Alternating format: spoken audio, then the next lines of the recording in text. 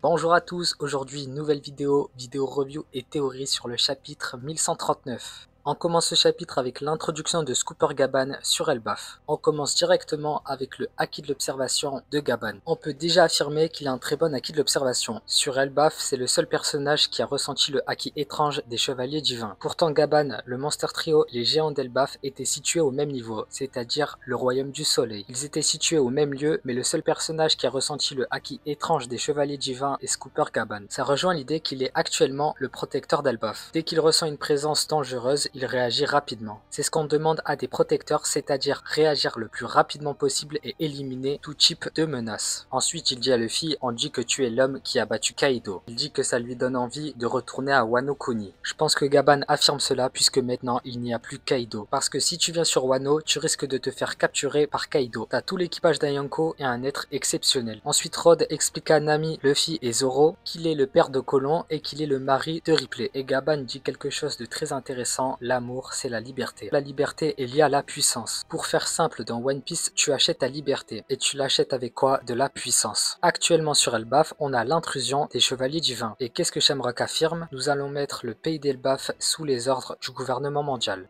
Par quel processus va-t-il agir? Par la force. Et donc les géants d'Elbaf, pour rester libres et ne pas être sous l'autorité du GM, vont devoir par la puissance repousser l'attaque du GM. L'amour c'est aussi la puissance puisque l'amour transcende les combattants. C'est à travers ce sentiment que les combattants peuvent être plus forts. Sanji dit à Kizaru que l'amour est plus fort que la science. Sanji dit à Eschar que connais-tu des pouvoirs de l'amour? C'est ce qui transcende Sanji, c'est ce qui le rend plus fort. Ensuite Luffy dit à Gaban qu'il souhaite libérer Loki. Gaban refuse car il redoute Loki. Gaban sait que Luffy a battu Kaido. Il sait qu'il a un empereur avec lui, un équipage d'empereurs, les géants d'Elbaf et lui-même et il ne souhaite pas libérer Loki. Ça montre à quel point il redoute Loki. Il est catégorique et il souhaite à tout prix protéger cette clé. Bien sûr, ça nous annonce une puissance exceptionnelle de Loki. On parle du bras gauche du roi des pirates qui redoute énormément Loki. C'est une dinguerie. Ensuite, on a une autre information très importante. Gaban vit sur Elbaf depuis 20 ans. Il vit donc dans un pays pacifique depuis 20 ans. Elbaf, c'est un pays qui rejette toute forme de violence physique ou morale. Je pense qu'il y a deux options. Première option, Gaban est inactif depuis 20 ans et il n'a affronté personne. On aurait un parallélisme avec Rayleigh, c'est-à-dire les deux membres les plus puissants après Roger de Loro Jackson et qui sont inactifs depuis 20 ans. Et la deuxième option, ce serait un Gaban qui n'est pas totalement inactif depuis 20 ans. La problématique, c'est qu'il pourrait y avoir beaucoup de tentatives d'intrusion sur Elbaf ou très peu. Ça veut dire que s'il y a beaucoup de tentatives d'intrusion sur Elbaf, on aurait un Gaban qui, en tant que protecteur d'Elbaf, aurait continué de se battre régulièrement. Et la première option, c'est qu'on n'ait quasiment aucune tentative d'intrusion sur Elbaf et donc une quasi-inactivité au combat depuis 20 ans. Ensuite, je vais encore vous proposer deux options, puisque j'ai deux traductions différentes du chapitre 1139, ce qui fait qu'on peut avoir une interprétation totalement différente. Je pense que Loki a battu Gaban. Gaban est présent sur Elbaf depuis 20 ans, et c'est il y a 14 ans que Loki a tué 100 géants d'Elbaf ainsi que Harald. Au niveau de la temporalité, ça colle. Après avoir tué Harald, il restait un autre homme puissant, Scooper Gaban.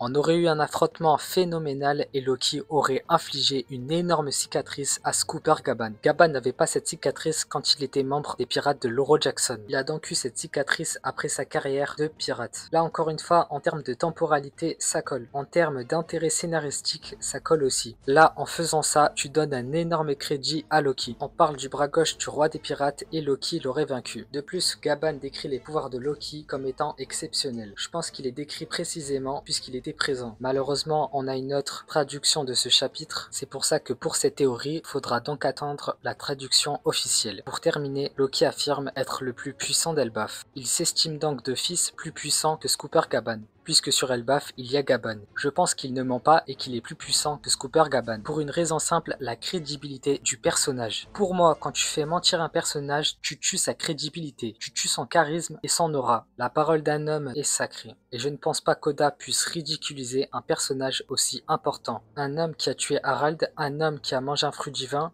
un homme qui, même face à la mort, ne rejoint pas les Tenryubito, je vois pas quel serait l'intérêt scénaristique de le ridiculiser. Si Gaban a perdu contre Loki, ce n'est pas honteux. Sinon, ça voudrait dire que Kaido, un empereur qui a perdu contre Luffy, est honteux.